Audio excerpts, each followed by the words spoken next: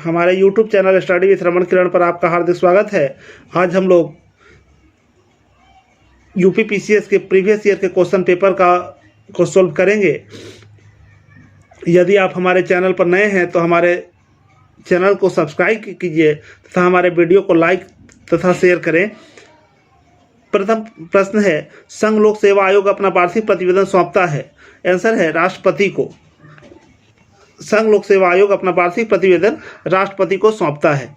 दूसरा प्रश्न है, अनुसूचित जातियों और अनुसूचित जनजातियों के लोकसभा तथा राज्य विधानसभाओं में सीटों के आरक्षण का प्रावधान किस संविधान संशोधन में किया गया है। यह उस समय 78वें संविधान संशोधन द्वारा किया गया था, जिसे फिर अब 104वें संविधान संशोधन के द्वारा 2030 तक इसे बढ़ाकर कर दिया गया है।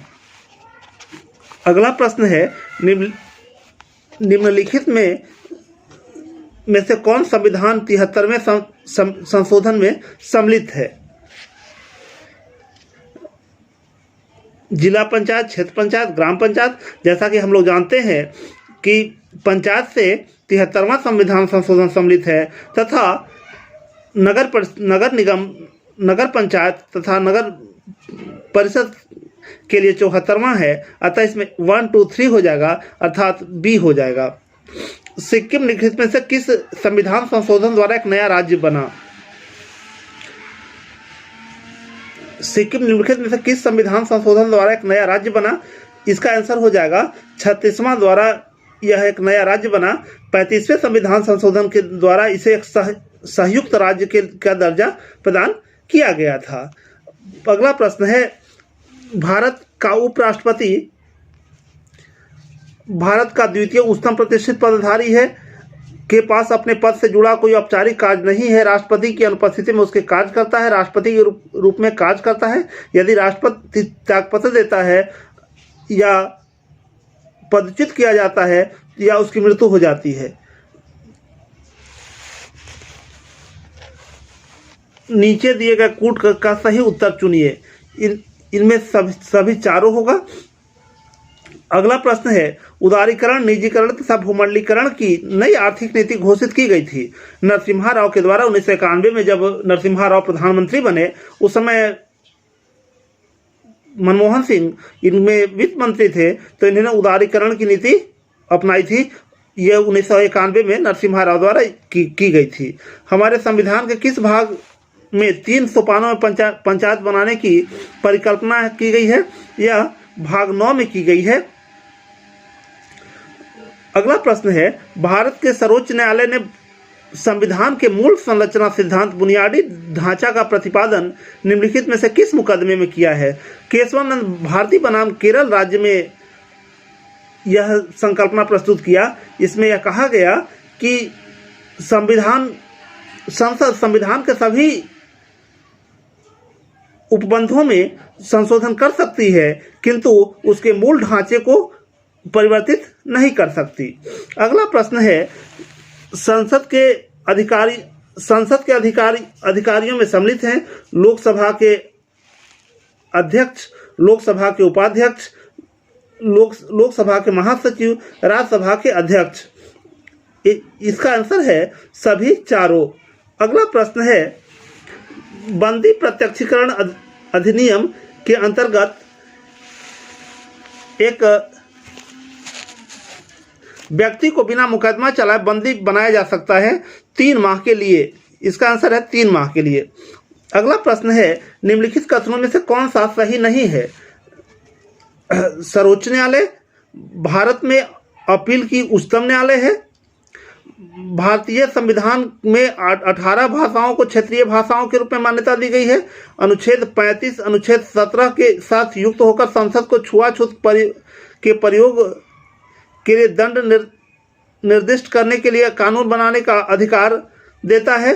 चार्टर एक्ट 1813 को भारतीय स्वतंत्रताओं का अधिकार पत्र कहा जाता है। इसमें सी है। अब इसमें 22 भाषाओं को मान्यता दे दी गई है।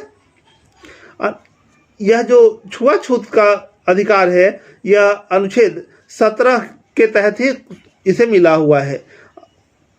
अगला क्वेश्चन है, इंडियन वार इंडिपेंडेंस 1857 के लेखक कौन लेखक थे? तो इसके लेखक बीडी सावरकर थे। अगला प्रश्न है कि बाल गंगाधर तिलक को किसने अशांति का जनक कहा है? तो वैलेंटाइन सिरोल ने बाल गंगाधर तिलक को अशांति का जनक कहा है। 1937 में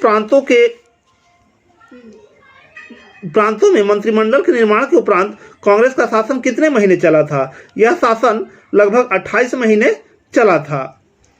अनुपातिक प्रतिनिधित्व प्रणाली की व्यवस्था निर्वाचन क्रिया प्रणाली के रूप में सुनिश्चित करती है। यह है बहुमत के शासन को यह सुनिश्चित करती है।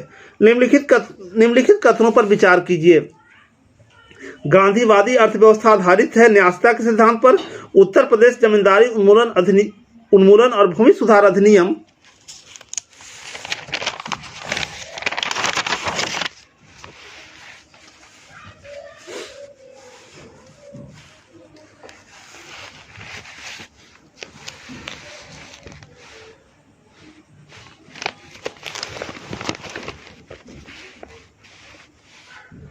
1950 अंतर्निहित है नवी अनुसूची में। अगला है 60वें संविधान संशोधन द्वारा भारत में नागरिकों की मतदान करने की आयु 21 वर्ष से घटाकर 18 वर्ष कर दी गई। 1982 में मेधा पाटकर ने शेषकारी संगठन का गठन किया। इसमें केवल एक और सही है।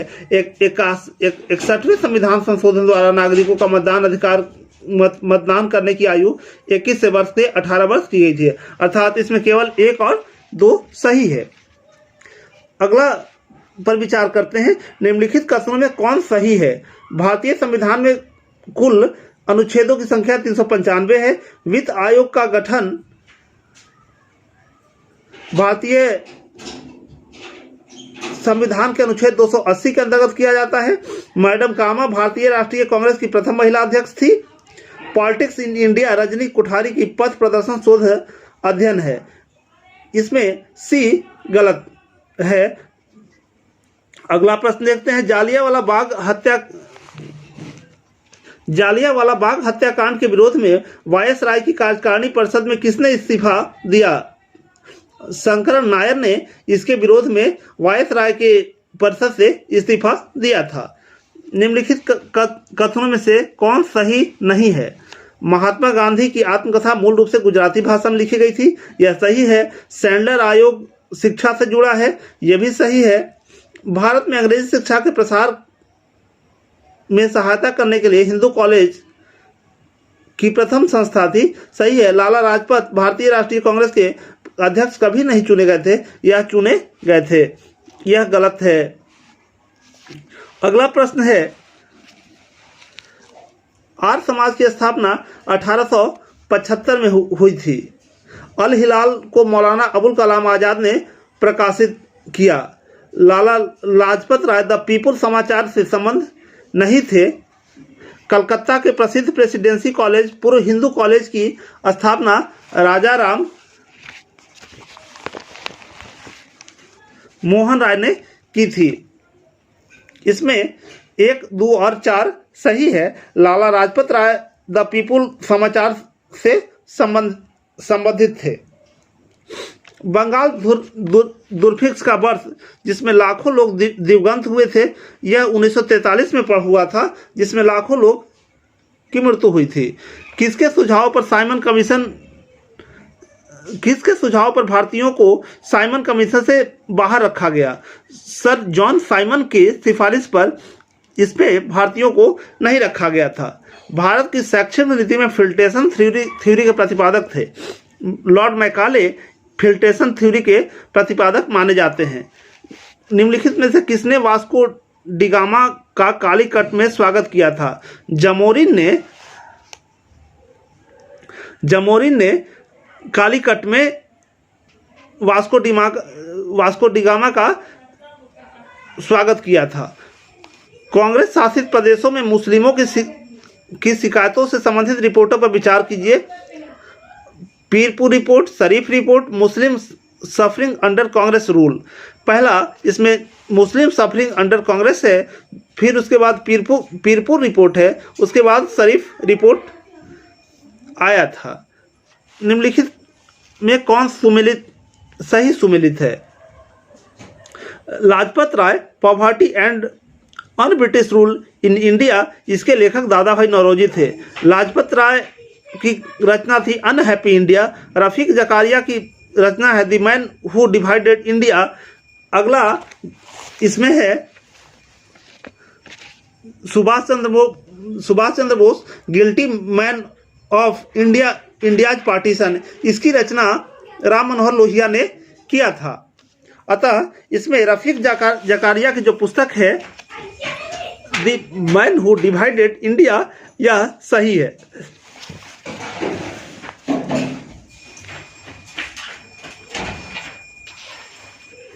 निम्नलिखित में से किसने बाहरी ब्रिटिश सरकार को सुनाने हेतु केंद्रीय विधानसभा में 8 अप्रैल 1929 को बम फेंका था?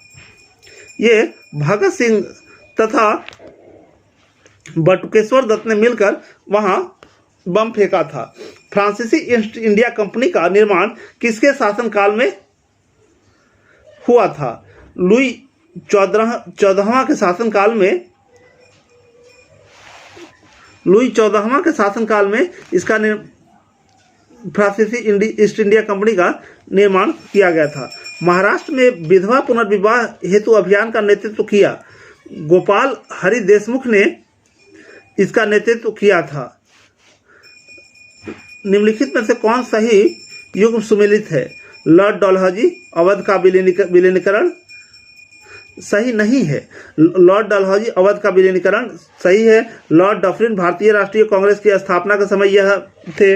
लॉर्ड विलियम चार्टर एक्ट 1833 इनके अधीन पारित हुआ था। लॉर्ड लिटन प्रथम एंग्लो अफगान युद्ध का प्रारंभ होना, यह गलत है। अगला प्रश्न है निम्नलिखित में से कौन सही सुमेलित नहीं है? भारत से प्रकाशित प्रथम समाचार पत्र the Bengal gazette, all India Harijan Sangh के संस्थापक महात्मा गांधी, गदर आंदोलन में सक्रिय भाग लेने वाले हरदयाल बाबा हरनाम सिंह तथा पिट्स इंडिया कंपनी अधिनियम पारित होने के समय बंगाल के गवर्नर जनरल लॉर्ड मिंटो, यह गलत है। एगमार्क का संबंध गुणवत्ता से है। National centre for agriculture economics and policy research अवस्थित है, यह नई दिल्ली में अवस्थित है। सरकार द्वारा निर्धारित गेहूं की खरीद हेतु 2013 में समर्थन मूल्य क्या? उस समय यह 1300 प्रति क्विंटल था। गेहूं में बौनेपन का जीन है नोरिन 10 जो है गेहूं में बौनेपन का जीन है। कृषि उत्पादों में मांग पाई जाती है लचीली। कृषि उत्पादों में मांग कभी अस्थायित्व नहीं आती, कभी ज़्यादा हो जाता है, कभी कम हो जाता है। इसकी उत्पादों की जो मांग होती है वह लचीली होती है। अगला प्रश्न है जब कुल उत्पाद स्थिर होता है तो सीमांत उत्पादन क्या होगा? तो उस समय सीमांत उत्पादन शून्य होगा।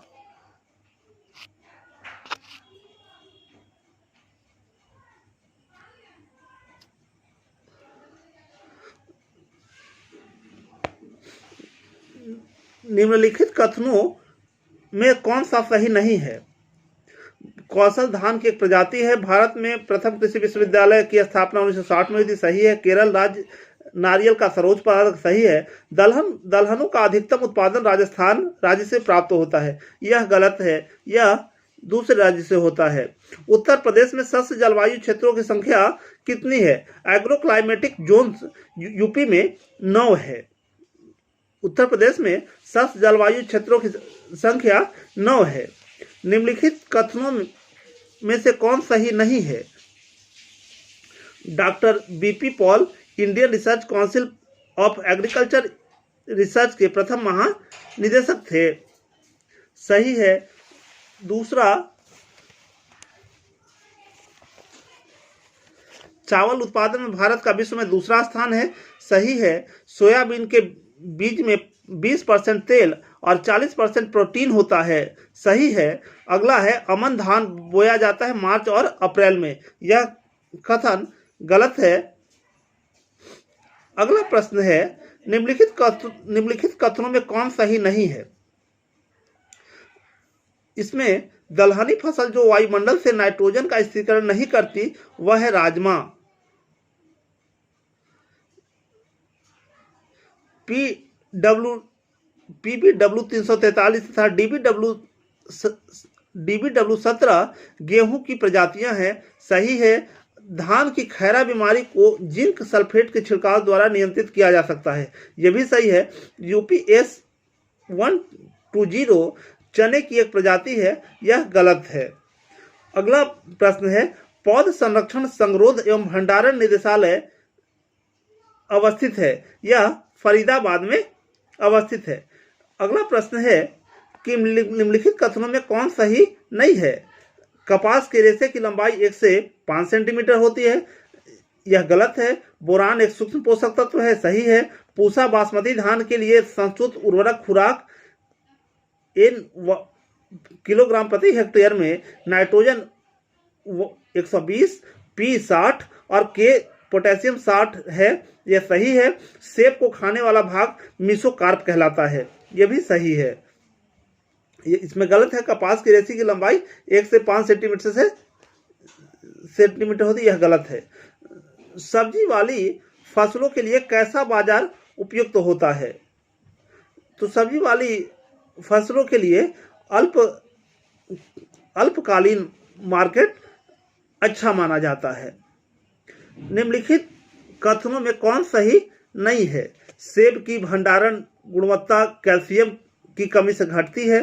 भारत में पश्चिमी बंगाल सर्वाधिक सब्जी उत्पादक राज्य है। अलसी तिलहनी फसल साल भर उगाई जा सकती है। तृतीय पीढ़ी के पीड़कनाशी को सर्वप्रथम सीएम विलियम्स के प्रस्तावित नामित किया गया है, यह कथन गलत है।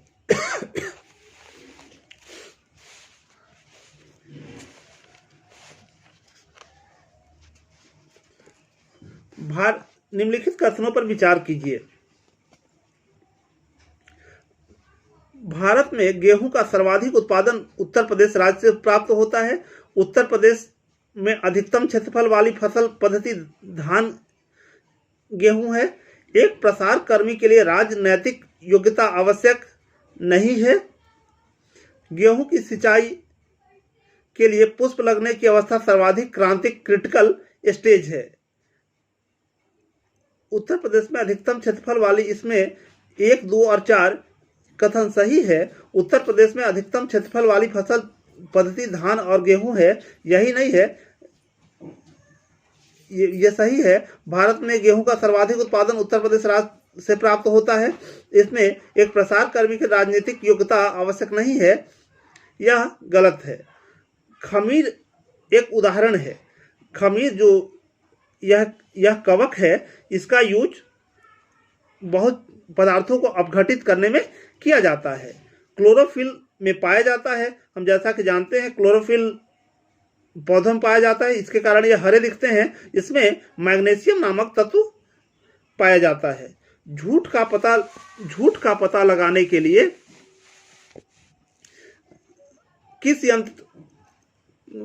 झूठ का पता लगाने वाला यंत्र किस नाम से जाना जाता है। पॉलीग्राफ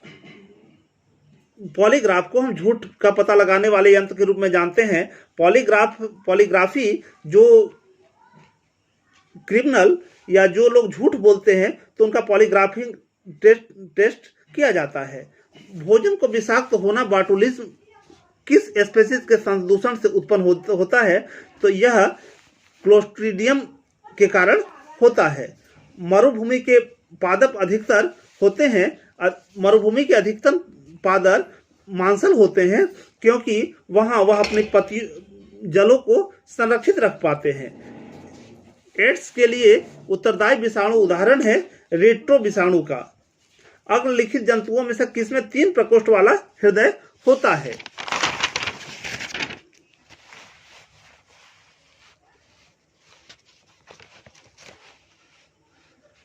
बंदर और मगर में चार चार कोष्ठ वाला, मछली में 2 कोष्ठ और मेढक में 3 कोष्ठ वाला हृदय पाया जाता है। निम्नलिखित कथनों पर विचार कीजिए। जेली रुदन का कारण अम्ल की अधिकता है। गन्ने के लिए सर्वाधिक अनुकूल जैव उर्वरक राइजोबियम है। नमकीन पानी में उगाए गए पौधे थैलोफाइटस कहलाते हैं। सुसुप्तावस्था तोड़ने वाला हार्मोन है साइटोकाइनिन। इसमें केवल कथन 1 और 2 सही है। जेली रुदन का कारण अम्ल की अधिकता है और गन्ने के लिए सर्वाधिक अनुकूल जैव उर्वरक राइजोबियम है। अगला प्रश्न, सूखा सहिष्णुता से संबंधित हार्मोन है। एब्सिसिक अम्ल सूखा सहिष्णुता से संबंधित हार्मोन है। अगला प्रश्न है, हेकिस्टोथर्म पौधे हैं जो उगते हैं, तो हेकिस्टोथर्म पौधे बहुत कम ताप पर उगते हैं। डीएनए अंगुली छापन तथा नैदानिक शोध केंद्र डायग्नोस्टिक रिसर्च सेंटर कहाँ अवस्थित है? यह हैदराबाद में अवस्थित है। माइक्रो कंप्यूटर को टेलीफोन से कौन सी पद्धति या व्यवस्था जोड़ती है? तो यूनिक्स इसे जोड़ती है। निम्नलिखित ईंधनों में कौन सा न्यूनतम पर्यावरणीय प्रदूषण उत्पन्न करता है? हाइड्रोजन न्यूनतम प्रदूषण उत्पन्न करने वाला ईंधन है। निम्नलिखित में से किसे 1500 सेंटीग्रेड से अधिक तापमापन हेतु प्रयोग में लाया जाता है? पायरोमीटर से 1500 डिग्री सेंटीग्रेड से अधिक पायरोमीटर से हम 1500 सेंटीमीटर से अधिक तापमापन हेतु प्रयोग में लाते हैं। अगला प्रश्न है, ट्यूमर संसूचित करने में प्रयुक्त रेडियो समस्थानिक है। कोबाल्ट 60 ट्यूमर संसूचित करने में प्रयुक्त होने वाले रेडियो समस्थानिक है। अगला प्रश्न है, निम्नलिखित विटामिनों में से कौन सा किसी स्वप्न को पर्याप्त समय तक याद रखने में मददगार है? विटामिन B6 यदि लंबे समय तक आपके शरीर में अनुपस्थित रहती है तो आपका याददाश्त प्रभावित हो सकता है। विटामिन B6 याददाश्त को प्रभावित करने वाला महत्वपूर्ण कारक है। अगला प्रश्न है, स्काई डाइव निम्नलिखित में से किस कंपनी का क्लाउडिंग सेवा का नाम है? माइक्रोसॉफ्ट क्लाउडिंग कंपनी का नाम, माइक्रोसॉफ्ट कंपनी की क्लाउडिंग कंप्यूटिंग सेवा का नाम स्काई डाइव है। किसी अतिचालक द्वारा प्राप्त अधिकतम ताप होता है 133 केल्विन। जल में वायु का एक बुलबुला कार्य करता है। यह उत्तल लेंस जैसा कार्य करता है। निम्नलिखित में से ऐसा यूनिटों में कौन सा ही सुमेलित नहीं है? कार्य के लिए जूल है, बल के लिए न्यूटन है, द्रव्यमान के लिए किलोग्राम है, दाब के लिए पास्कल होता है, जबकि यह डाइन दिया हुआ है, अतः यह गलत है। सितंबर 2012 के अंत में भारत ने सफलतापूर्वक अपने सर्वाधिक भार वाले संचार उपग्रह का प्रक्षेपण किया, जिसका नाम था GSAT-10। सितंबर 2012 में इसरो का 1वां स्पेस मिशन कहां से छोड़ा गया था? तो हम जानते हैं कि स्पेस मिशन जो छोड़ा जाता है श्रीहरिकोटा आंध्र प्रदेश से छोड़ा जाता है।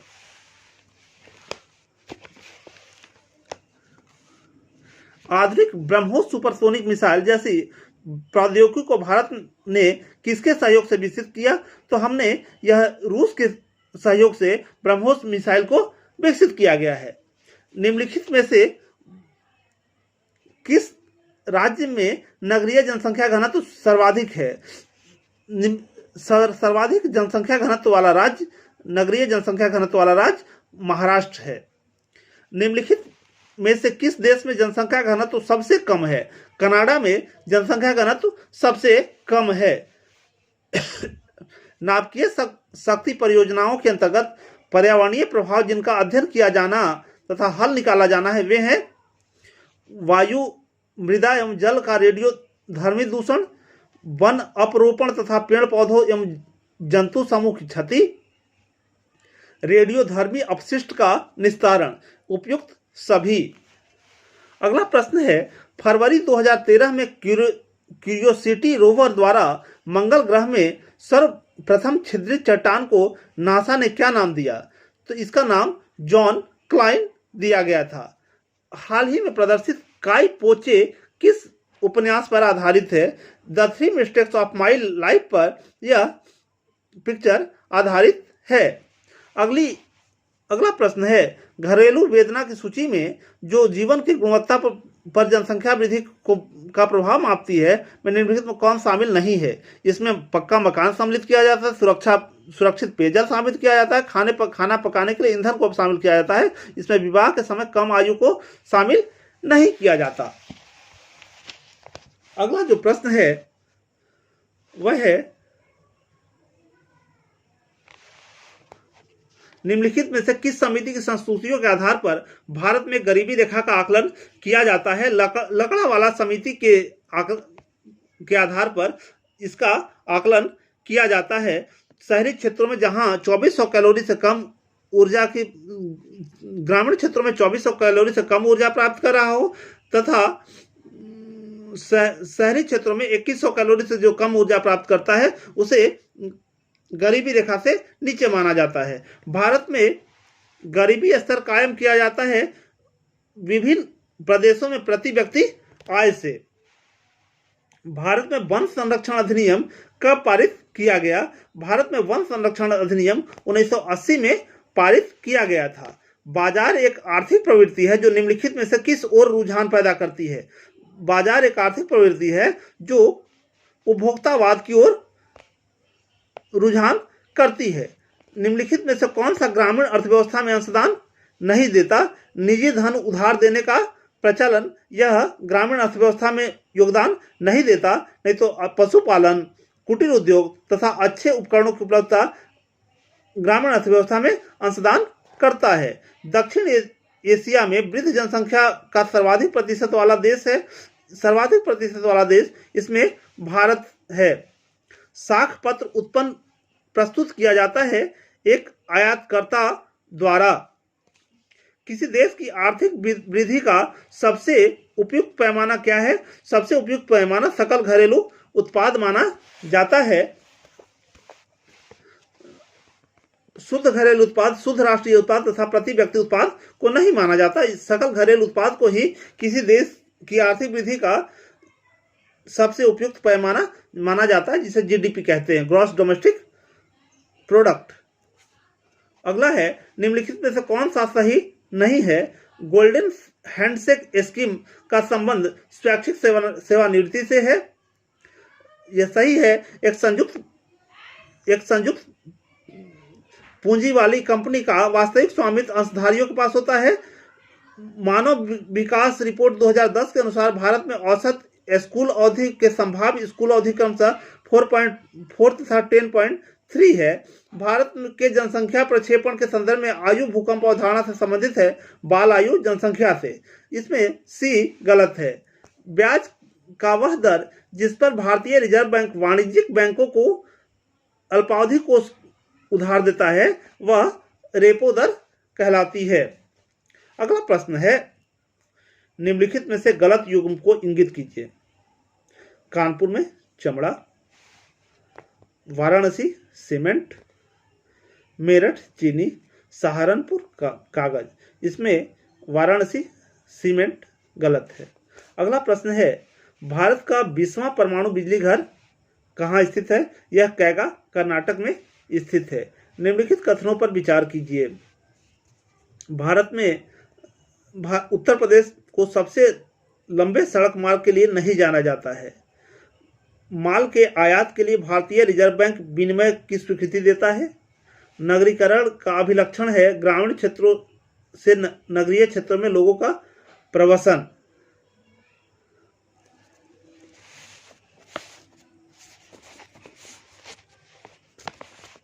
इंडस परियोजना भारत सरकार के श्रम विभाग और कनाडा की संयुक्त परियोजना थी।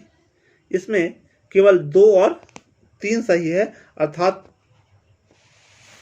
माल के आयात के लिए भारतीय रिजर्व बैंक विनिमय की स्वीकृति देता है और नगरीकरण का अभिलक्षण है ग्रामीण क्षेत्रों से नगरीय क्षेत्रों में लोगों का प्रवासन। अगला प्रश्न है,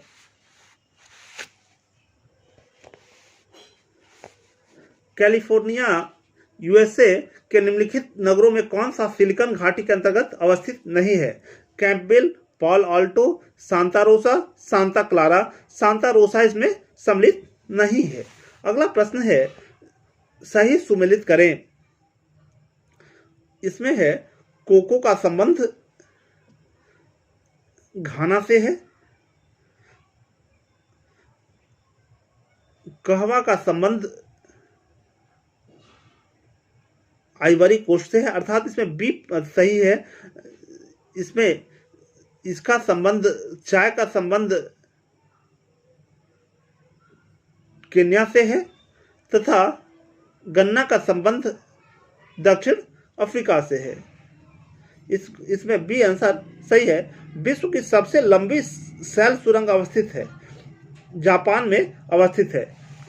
निम्नलिखित में कौन टोडा जनजाति का मूल निवास क्षेत्र है? नीलगिरी।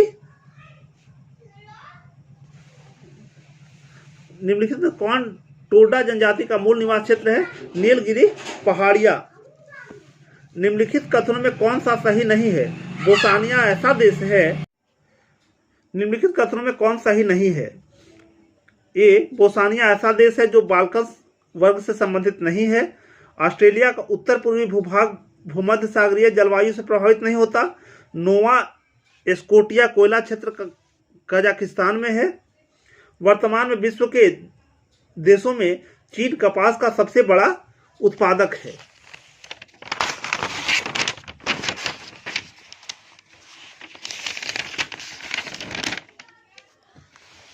इसमें ये जो है बोस्निया ऐसा देश है जो बाल्कन वर्ग से संबंधित नहीं है। अगला प्रश्न,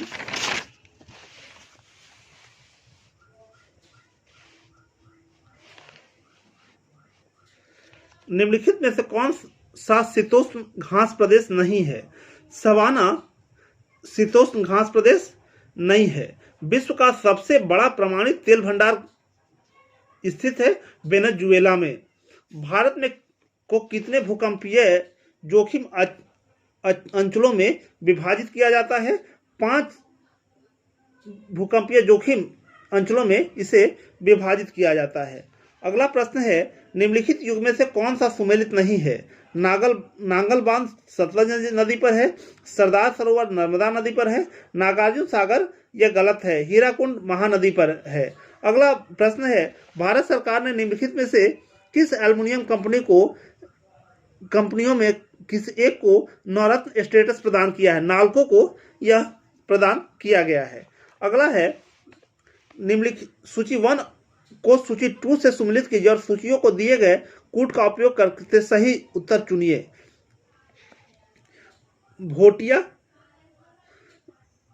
भोटिया का संबंध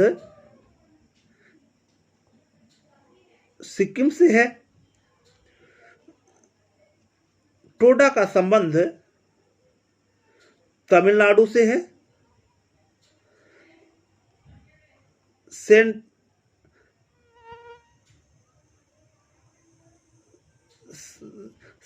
सेंटिनेल का संबंध अंडमान निकोबार द्वीप समूह से है तथा बिरहुर का संबंध झारखंड से है, अर्थात यहां ये सही हो जाएगा।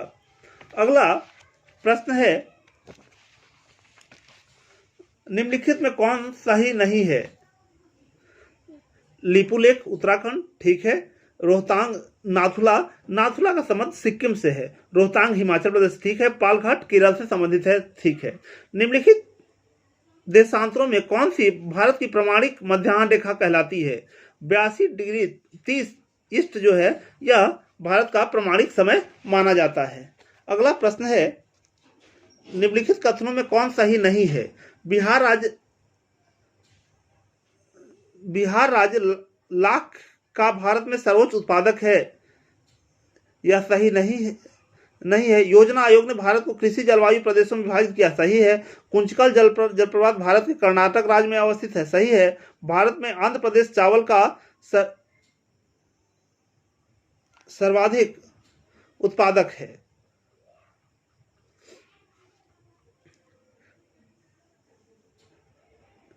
सूची 1 और सूची 2 को सम्मिलित कीजिए और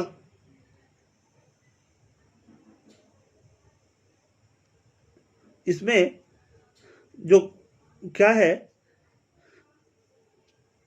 काजीरंगा का संबंध गोलघाट नौगांव से हो जाएगा।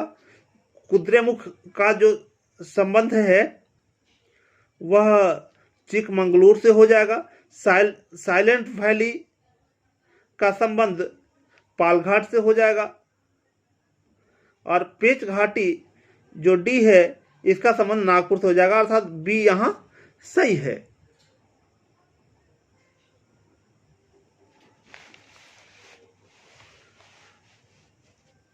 अगला प्रश्न है, निम्नलिखित को सुमेलित कीजिए। सर्वाधिक शहरीकृत राज्य, सर्वाधिक शहरीकृत राज्य है वह सर्वाधिक शहरीकृत राज्य तमिलनाडु है। अधिकतम शहरी आबादी वाला राज्य, अधिकतम शहरी आबादी वाला राज्य महाराष्ट्र है। अधिकतम जनसंख्या घनत्व वाला राज्य यह दिल्ली है। और सबसे कम जनसंख्या घनत्व वाला राज्य अरुणाचल प्रदेश है। अर्थात यहाँ जो आंसर होगा वह डी हो जाएगा। अगला प्रश्न है, भारत में निम्नलिखित में से कौन पारिस्थितिक क्षेत्रों में कौन सुमेलित नहीं है?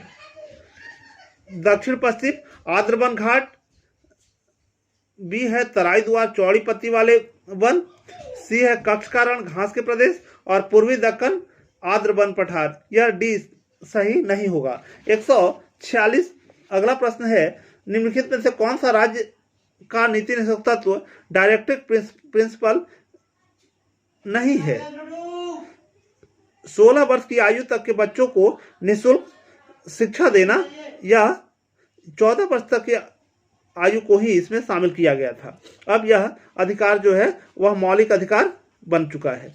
अगला प्रश्न है, निम्नलिखित कथनों में कौन सा सही नहीं है? संविधान के तहत मूल अधिकारों का संरक्षक भारत का राष्ट्रपति है, यह सही नहीं है। यह अब सर्वोच्च न्यायालय है। अगला प्रश्न है, सूची 1 को सुमेलित कीजिए और सूची के नीचे दिया कूट का उपयोग करते हुए सही उत्तर चुनिए।